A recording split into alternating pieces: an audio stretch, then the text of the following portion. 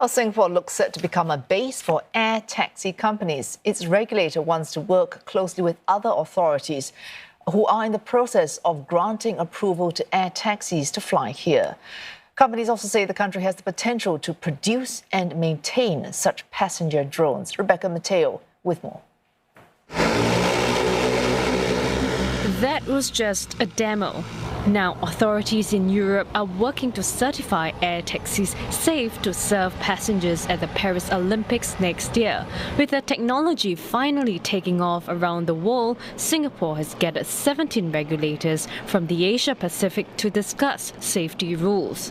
When these air taxis are certified in Europe or in the US or in China, some of these air taxi companies may want to use Singapore as a base for them to set up business as well as to operate air taxis in and out of Singapore. Our collaboration with these other countries would allow us to better understand the requirements and subsequently support such applications. 24 developers of drones and air taxis also shared their views with regulators. One British company says it already uses Singapore as its base to enter markets in the region. We have pre-sold 1,500 aircraft, of which one-third of these aircraft are located in the APAC region.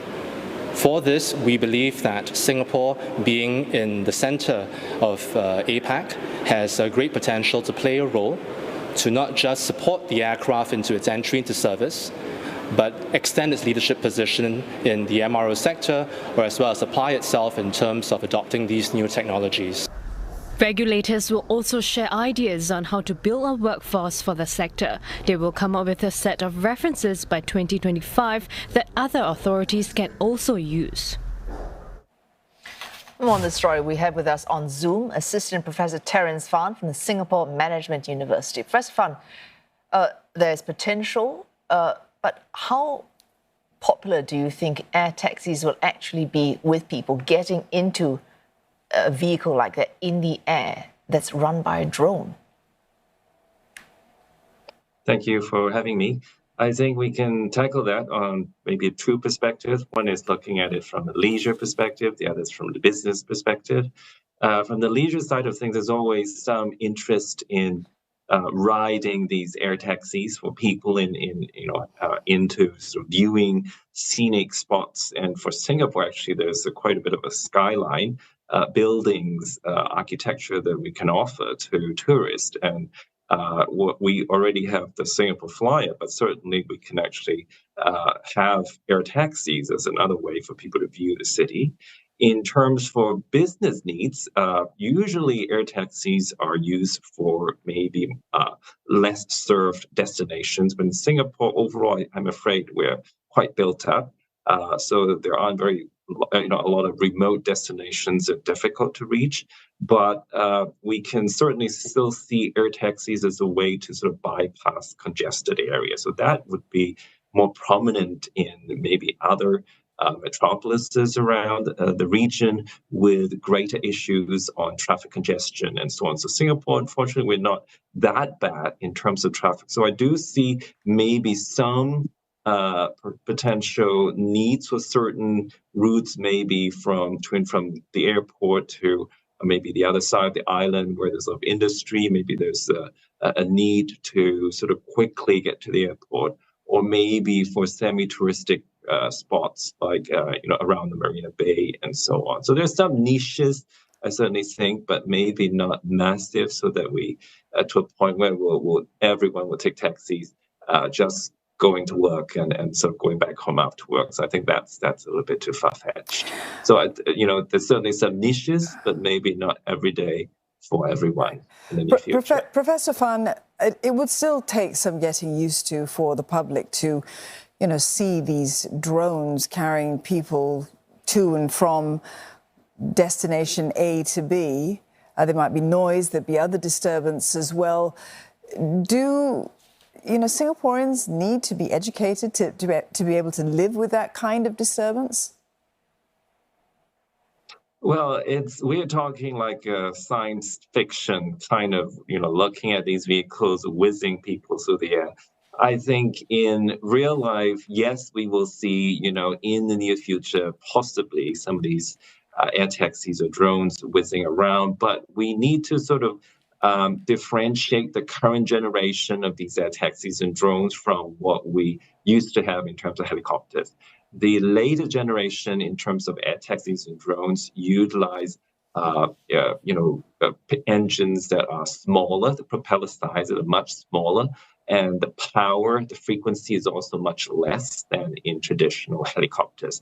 So what that means is that the current generation of air taxis and drones probably would have much less noise as they fly around the place, to a point where it's kind of like when we have electrical vehicle drive-by, sometimes the noise is actually not quite there. It's much smaller than in terms of the traditional internal combustion engines vehicles. So I think that's sort of what we are probably going to look at if we're looking at this latest generation of electricity-driven air taxis and drones. So probably not so much in terms of noise disturbance, yes. All right, Professor Fan, earlier you were talking about possible uses for these air taxis, so for example, viewing the skyline in Singapore, or for example, circumventing very heavy congestion on road traffic.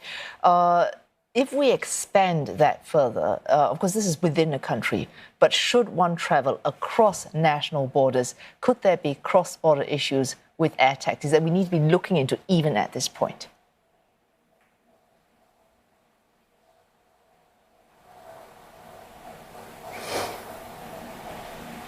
Professor Fan, all right, I'm sorry. Professor Fan, yes. Did you hear the question? I'm sorry, we lost the connection for a moment. Can you just repeat? I'm sorry. All right, okay, yes, very quickly. When you were talking about leisure or heavy traffic, now we can solve that is within a country, but in principle, we could have cross-border issues with transportation like that. Is that something we need to be thinking about even at this very early point? Oh, that's definitely the case. If you think about cross-border, that involves typically a lot of congested points when we have immigration, for example, facilities. A lot of the vehicles, passengers have to decant from there, and then they go through the formalities and so on. So that's where we see congestion points.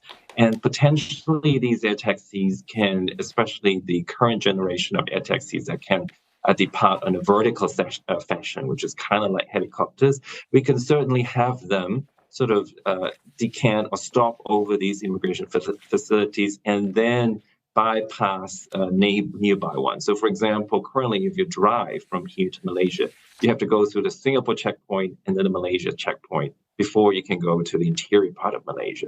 But with air taxis, what you can do is start from, let's say, the Singapore checkpoint, and then immediately go to another checkpoint, maybe Senai Airport in Malaysia, that kind of bypasses the traditional sequence of these checkpoints. So that's certainly something I think that's potentially very exciting. But at the same time, it doesn't really go around this immigration issue because still there are certain constrained points at which that people have to go through. So I think in the near future, we still have to envision these air taxis stopping by these checkpoints before they can go further. But it's just that the sequence of these checkpoints, there may be more flexible uses to stopping of them. So definitely, this would be potential use for air taxis.